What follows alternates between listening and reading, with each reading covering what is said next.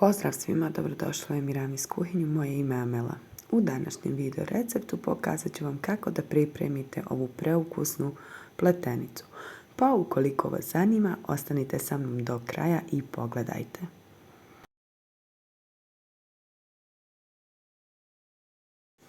U posudicu sam dodala 20 g svježeg kvasca, zatim dodajem 100 ml vode, 3 kašičice šećera i jednu veliku kašiku brašna. Sve ću da promiješam i ostavit ću 10 minuta da kvasac nabubri.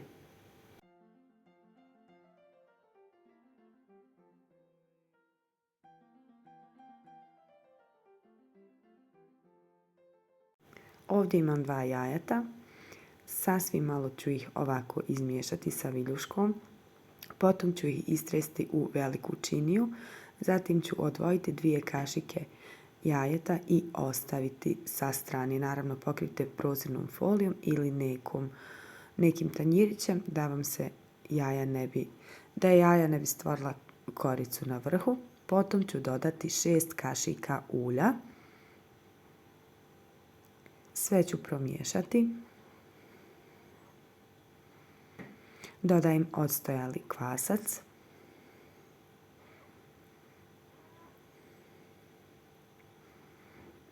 Ponovno ću sve promiješati.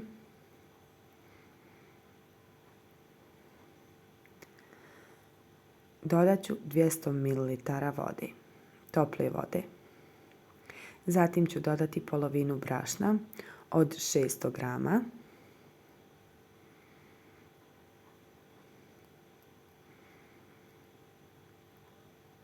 Dodat ću 1,5 kašičicu soli. Potom ću umjesiti tijesto. Prvo ću miješati ovako sa žicom. Potom ću početi sa rukom da mijesim. Tijesto u posudi treba da se mijesi oko 5 minuta. Budite strpljivi. Ukoliko imate mašinu za tijesto, može vam poslužiti.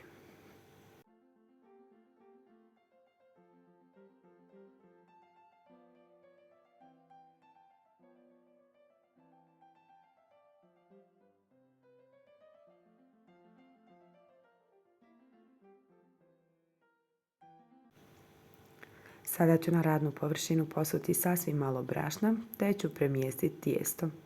Tijesto na radnoj površini mjesite oko 2 minuta.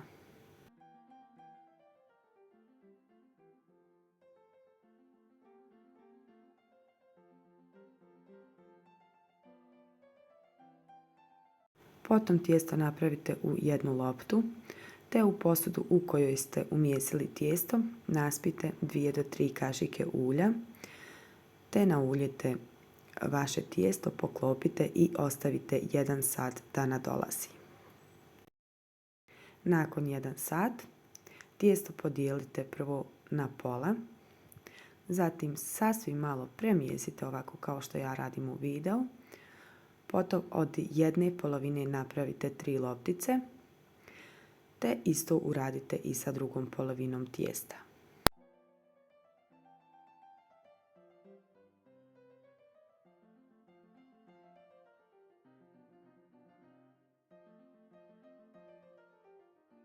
Loptice prekriti čistom kuhinskom krpom i ostaviti 5 minuta da odstoje. Nakon toga tijesto je potrebno ovako sasvim malo razvaljati oklagijom. Koristite sasvim malo brašna, nemojte pretjerivati. Potom tijesto urolajte, kao što ja radim u videu.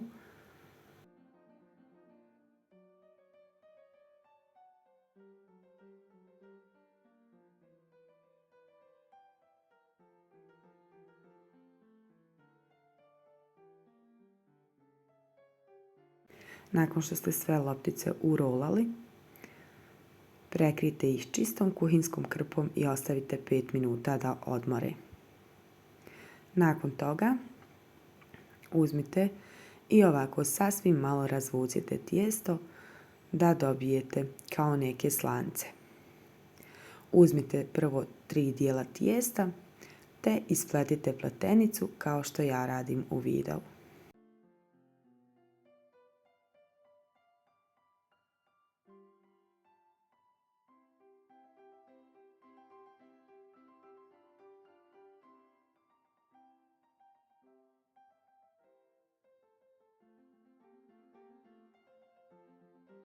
Potom pletenicu prebacite u pleh koji ste obložili papirem za pečenje.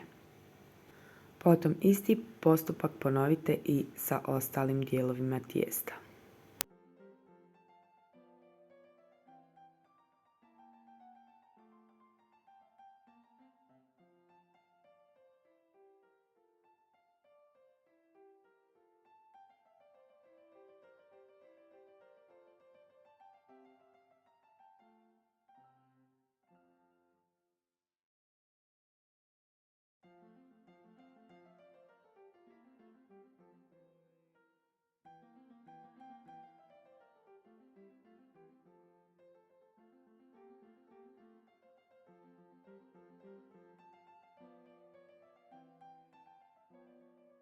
Sada pletenice premažite sa jajetom koje ste prethodno ostavili, te pokrijte čistom kuhinskom krpom i ostavite 30 minuta da odstoji.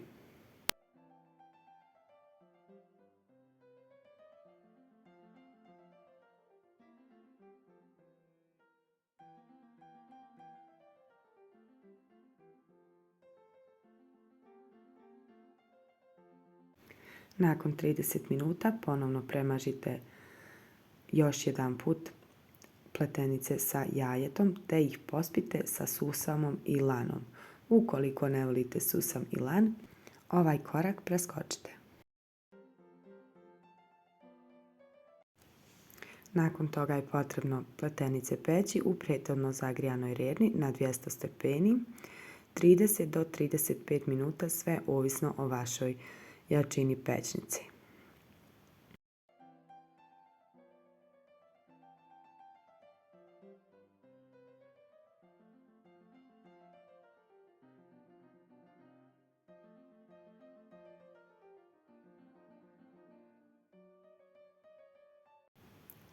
Pletenice su gotove, sada ih pokrijte čistom kuhinskom krpom i ostavite 15 minuta da se prohlade, te ih poslužite. A vama ukoliko se sviđa i ovaj video recept, ostavite like, komentaršite i nemojte zaboraviti da se prijavite na moj YouTube kanal Emiramis kuhinja. Zapratite me i na Instagramu amela_emiramis. A do sljedećeg videa puno pozdrava. Ćao!